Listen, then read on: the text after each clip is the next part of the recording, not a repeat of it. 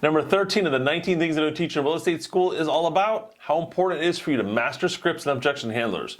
Scripts are simply the language that we use to take people through a process to get what we want, when we want it, and make sure it's a win-win for them as well.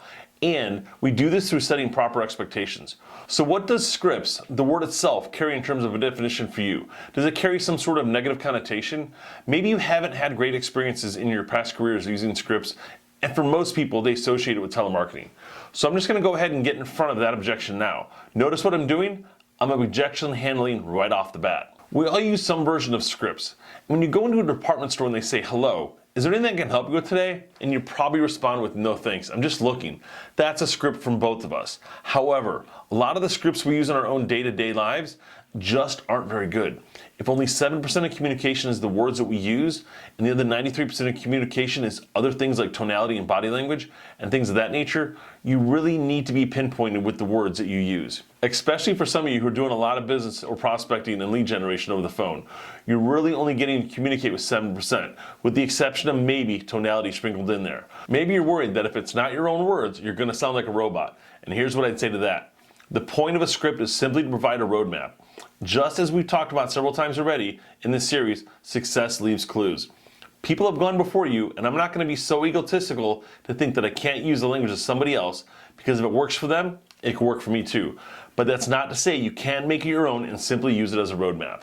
If you internalize it and you study it and you practice the script, now I'm not sitting here telling you have to recite it word for word, verbatim as written. I get it. I'd be a total hypocrite if I were to tell you that.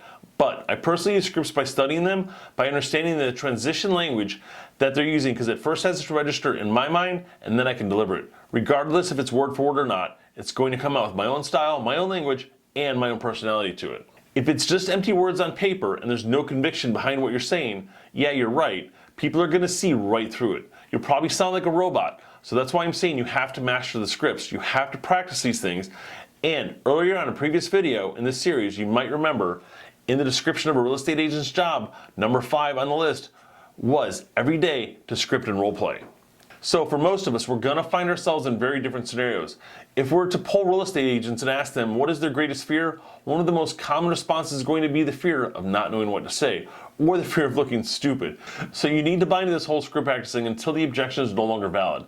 And speaking of objections, it's probably safe to say that anytime you enter a new situation, you can go ahead and predict what the top objections are going to be that you're going to hear. And when you're on a listing presentation, for example, one of the most common objections you're going to hear at some point is, what's your commission? Is your commission negotiable? And what makes you different from other agents that I'm interviewing? So you have to have your tool belt ready. You want to be at a place when you're asked questions like that without pause or hesitation, so you can respond with a thoughtful answer and hopefully earn their business from there. Scripts bring confidence. That's part of the value to you by understanding scripts. First, you memorize it as it's written, then you can internalize it, so now it becomes you and you have some conviction. And then and only then should you customize it. So learn it, memorize it, internalize it, and then you can customize it and let it become your own. Obviously, I don't want to be calling my best friend and saying, hello, this is Todd with XYZ Realty. That's just weird. Be normal, be a regular human being, and add your own style and personality to it. But again, use scripts for what they're worth, which is a roadmap and a specifically chosen language to help you convert leads into what you're hoping to accomplish. The last thing I'm going to say is ask better questions. Now, don't let people out-script us. This is huge, and let's check it out. So a lot of us are taught a language in scripts to say, hey, by the way, who do you know right now that's looking to buy or sell or invest in real estate? Guys, at least you're asking questions. So hey, kudos to you for at least asking.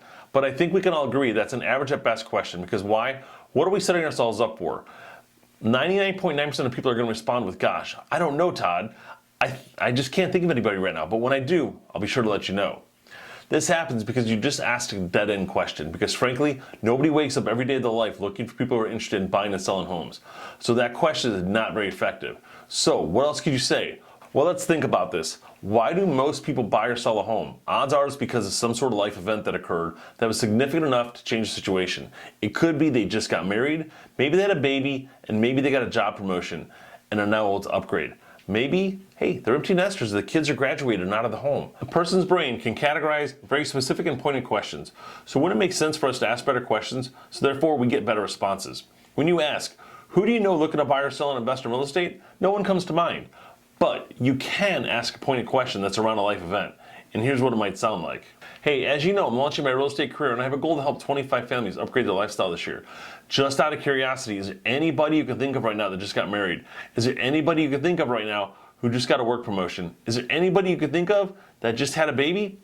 Those are very specific and pointed questions. And here's what ends up happening. They still might respond with, I can't think of anybody right now. But what you just actually did is put the question in their mind. And now when they're at home later that night, scrolling through Facebook or Instagram or something like that, all of a sudden, they might start to notice people just got married or had a baby or a work promotion. Well, guess what? They've always been there. It's just now that you've activated that part of their brain. And they begin to take notice of it. So now don't be surprised if later that night or the next day they call you back and say, you're not going to believe this. I was home last night scrolling through Facebook and I found 3 friends of mine who just got married. And you could say, wow, that's awesome. Would you be comfortable in making a warm connection between me and that person? Because from my experience, that might be a trigger that they're going to have an upcoming real estate need. And would you do me and them a favor and connect me with that friend of yours? That's it. That's scripted, by the way. So anyways, guys, hopefully you get the point by now. And this is a really big one. And the language we really use matters. And you gotta have the confidence in what you're saying. So anyways, I hope this is valuable to you. Now make sure you grab a partner or a coach that you can work with on scripts and objection handlers with this part of your skill set and development. All right, talk to you soon in the next one. Number 14, know your real estate market better than anyone.